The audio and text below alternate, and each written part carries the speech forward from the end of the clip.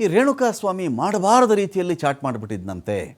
ಈ ಮನುಷ್ಯ ಕೆಟ್ಟದಾಗಿ ಹೆಣ್ಣು ಮಕ್ಕಳಿಗೆ ಒಬ್ಬರಿಗೆ ಅಲ್ಲ ಎಷ್ಟೊಂದು ಜನಕ್ಕೆ ಚಾಟ್ ಮಾಡಿಬಿಟ್ಟಿದ್ದಂತೆ.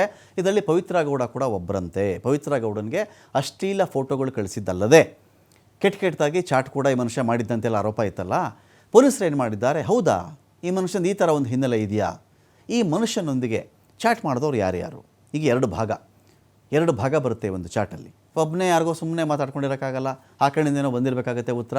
ಕೆಟ್ಟದಾಗಾದರೂ ಬಂದಿರಲಿ, ಒಳ್ಳೆ ಥರ ಆದರೂ ಬಂದಿರಲಿ, ಇದೆಲ್ಲ ಸ್ಟಾಪ್ ಮಾಡುವಂತಾದರೂ ಬಂದಿರಲಿ, ಉತ್ತರ ಅಂತೂ ಬಂದಿರಬೇಕು. ರೇಣುಕಾ ಸ್ವಾಮಿಯ ಸೋಷಿಯಲ್ ಮೀಡಿಯಾ ಅಕೌಂಟ್ಗಳ ಡೇಟಾ ಇರುತ್ತಲ್ಲ, ಅದನ್ನು ಎತ್ಕೊಂಡ್ರು ಪೊಲೀಸರು. ಇದೀಗ ಬಹಳ ಇಂಪಾರ್ಟೆಂಟ್ ಇದು. ಕೊಲೆ ಕೇಸ್ಗೆ ಇದೊಂದು ಬಿಗ್ ಟ್ವಿಸ್ಟ್ ಆಗಬಹುದಾಗುತ್ತೆ, ಮತ್ತಷ್ಟು ಸಂಕಷ್ಟ ಕೂಡ ಶುರುವಾಗಬಹುದಾಗುತ್ತೆ. ರೇಣುಕಾ ಸ್ವಾಮಿಯ ಇನ್ಸ್ಟಾಗ್ರಾಮ್ ಮತ್ತು ವಾಟ್ಸಪ್ ಚಾಟ್ನ ಡೇಟಾ ಇರುತ್ತಲ್ಲ, ಅದು ರಿಟ್ರೀವ್ ಆಗಿಬಿಟ್ಟಿದೆ. ರೇಣುಕಾ ಸ್ವಾಮಿಯ ಇನ್ಸ್ಟಾಗ್ರಾಮ್ ಓಪನ್ ಮಾಡಿದಾಗ ಪೊಲೀಸರಿಗೆ ಸಿಕ್ಕಿರೋದು ಏನು, ಯಾರ್ಯಾರು ಚಾಟ್ ಮಾಡಿದ್ರಪ್ಪ ರೇಣುಕಾ ಸ್ವಾಮಿ ಜೊತೆಗೆ.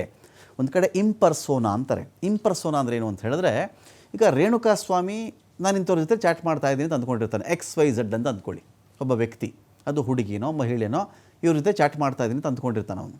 ಅಲ್ಲೇನಾಗಿರುತ್ತೆ, ಮಹಿಳೆ ಹೆಸರಿನ ಪುರುಷ ಇಂಪರ್ಸೋನಾಗಿ ಆ ಮನುಷ್ಯನೇ ಅಲ್ಲಿ ಬದಲಾಗಿ ಚಾಟಿಂಗ್ ಶುರು ಮಾಡಿರ್ತಾನೆ. ಟ್ರ್ಯಾಪ್ ಮಾಡಬೇಕಲ್ಲ ಇವನನ್ನು, ಇವನು ಯಾರು, ಏನು, ಎತ್ತ, ಎಲ್ಲಿ ಅವನು ತಿಳ್ಕೊಳ್ಬೇಕು ಅಂದಾಗ ಆ ಮಹಿಳೆಗೇನೋ ಇರಿಸ್ಮುರಿಸ್ ಮಾಡಿಬಿಟ್ಟಿದ್ದಾನೆ, ಸಿಟ್ಟು ಬಂದುಬಿಟ್ಟಿದೆ ಆ ಮಹಿಳೆಗೆ ಅಂತಿದ್ದಾಗ ಮಹಿಳೆ ಇನ್ನೊಬ್ಬರಿಗೆ ಅಸಿಸ್ಟ್ ಮಾಡಿರಬಹುದು. ನೀನೇ ಚಾಟ್ ಮಾಡು, ತಿಳ್ಕೋನು ಯಾವೂರೋನು ಅಂಥೇಳಿ ಮೆತ್ತ ಕರ್ಕೊಂಡು ಬಾ ಅವನ್ನ ಹೇಳಿರಬಹುದು. ಹಾಗಾಗಿ ಏನಾಗುತ್ತೆ, ಇಲ್ಲಿ ಇಂಪರ್ಸೋನಾ ಇದೆಯಲ್ಲ ಅದನ್ನು ತೆಗಿತಾರೆ. ಈಗ ಚಾಟಲ್ಲಿ ಸಿಕ್ಬಿಡುತ್ತಲ್ರಿ, ಇಲ್ಲೇನಾಗುತ್ತೆ, ಈ ಮನುಷ್ಯ ಚಾಟ್ ಮಾಡಿರ್ತಾನಲ್ಲ ಅದು ಈ ಮನುಷ್ಯನ ಫೋನಲ್ಲಿರುತ್ತೆ. ಅಥವಾ ಅಕೌಂಟ್ಗೆ ID ಕೊಟ್ಟು ಪಾಸ್ವರ್ಡ್ ಕೊಟ್ಟುಬಿಟ್ರೆ ಅಲ್ಲಾದರೂ ಸಿಗಲೇಬೇಕು. ಅಥವಾ ಡೇಟಾ ರಿಟ್ರೀವ್ ಆಗಿರುತ್ತಲ್ಲ, ಪರದೆ ಮೇಲೆ ಬಂದಾಗ ಬಂದುಬಿಡುತ್ತೆ ಎಲ್ಲವೂ ಕೂಡ. ಆಗಲ್ಲಿ XYZ ಅಂತ ಯಾರೇ ಹೆಸರೆಲ್ಲ ಇರುತ್ತಲ್ಲ, ಬೇರೆ ಯಾರ ಫೋನಲ್ಲಿ ಯಾರು ಬೇಕಾದ್ರೂ ಡಿಲೀಟ್ ಮಾಡ್ಕೊಂಡ್ಬಿಡಲಿ, ಪರ್ಮನೆಂಟ್ ಡಿಲೀಟ್ ಆಗಿದ್ದರೂ ಕೂಡ ಡೇಟಾ ರಿಟ್ರೀವ್ ಮಾಡುವಂಥ ತಾಕತ್ತು ಪೊಲೀಸರಿಗೆ ಇರುತ್ತೆ. ಅಲ್ಲೇನಾಗ್ಬಿಡ್ತೀಗ ಯಾರ್ಯಾರು ಚಾಟ್ ಮಾಡಿದ್ದಾರೆ ಅಂತ ವಿಷಯ ಗೊತ್ತಾಗ್ಬಿಡುತ್ತಲ್ಲ, ಆಗ ಪ್ರತಿಯೊಬ್ಬರನ್ನು ಕೂಡ ಎನ್ಕ್ವೈರಿ ಮಾಡೋಕ್ಕೆ ಶುರು ಮಾಡ್ತಾರೆ. ಏನಮ್ಮ ನಿನಗೆ ಬಂದಿತ್ತೇನಮ್ಮ ಈ ಮೆಸೇಜು, ಏನಪ್ಪ ಬರಪ್ಪ ಇಲ್ಲಿ A12 A11 A9 A7 A8 ನಿನಗೆ ಬಂದಿತ್ತ ಚಾಟ್ ಇದು, ನೀನು ನಾವು ಚಾಟ್ ಮಾಡಿದ್ದು ನಿಜ ಹೇಳಿ, ಇಷ್ಟು ಚಂದಲ್ಲಿ ಯಾರು ಚಾಟ್ ಮಾಡಿದ್ರಿ ಹೇಳಿ ಅಂತ ಕೇಳಿದಾಗ ಒಬ್ಬರಲ್ಲ ಒಬ್ಬರು ಬಾಯಿ ಬಿಡಲೇಬೇಕು.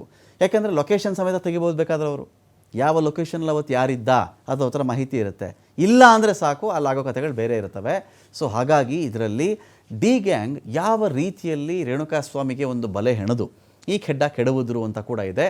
ಇನ್ಸ್ಟಾಗ್ರಾಮಲ್ಲಿ ಸಿಕ್ಕಿರೋದೇನು ಅಂತ ನೋಡಿದ್ರೆ, ಪವಿತ್ರ ಗೌಡ ಬಿಟ್ಬಿಟ್ಟು ಇನ್ಯಾರಿಗೆ ಈತ ಸಂದೇಶ ಕಳಿಸಿದ್ದ, ನಕಲಿ ಖಾತೆ ಸೃಷ್ಟಿ ಮಾಡಿಕೊಂಡು ರೇಣುಕಾಗೆ ಚಾಟ್ ಮಾಡಿದವ್ರು ಯಾರು, ಪವಿತ್ರ ಗೌಡಗೆ ಎಷ್ಟು ದಿನಗಳಿಂದ ರೇಣುಕಾ ಮೆಸೇಜ್ ಮಾಡ್ತಾ ಇದ್ದ, ರೇಣುಕಾ ಸಂದೇಶಗಳಿಗೆ ಪವಿತ್ರ ಗೌಡ ರಿಪ್ಲೈ ಏನು ಮಾಡ್ತಾ ಇದ್ರು, ಪವಿತ್ರ ಗೌಡ ಬಿಟ್ಬಿಟ್ಟು ಯಾರಿಗೆಲ್ಲ ಸಂದೇಶ ರವಾನೆ ಆಗ್ತಾ ಇತ್ತು ಅಂತ ಕೂಡ ಇದೀಗ ಚೆಕ್ ಮಾಡಿ ಡೇಟಾ ಇಟ್ಕೊಂಡಿದ್ದಾರೆ. ಇನ್ನೇನಿದ್ರು ಅವ್ರು ಬಾಯಿ ಬಿಡೋದು ಮಾತ್ರ ಬಾಕಿ ಇರುತ್ತೆ.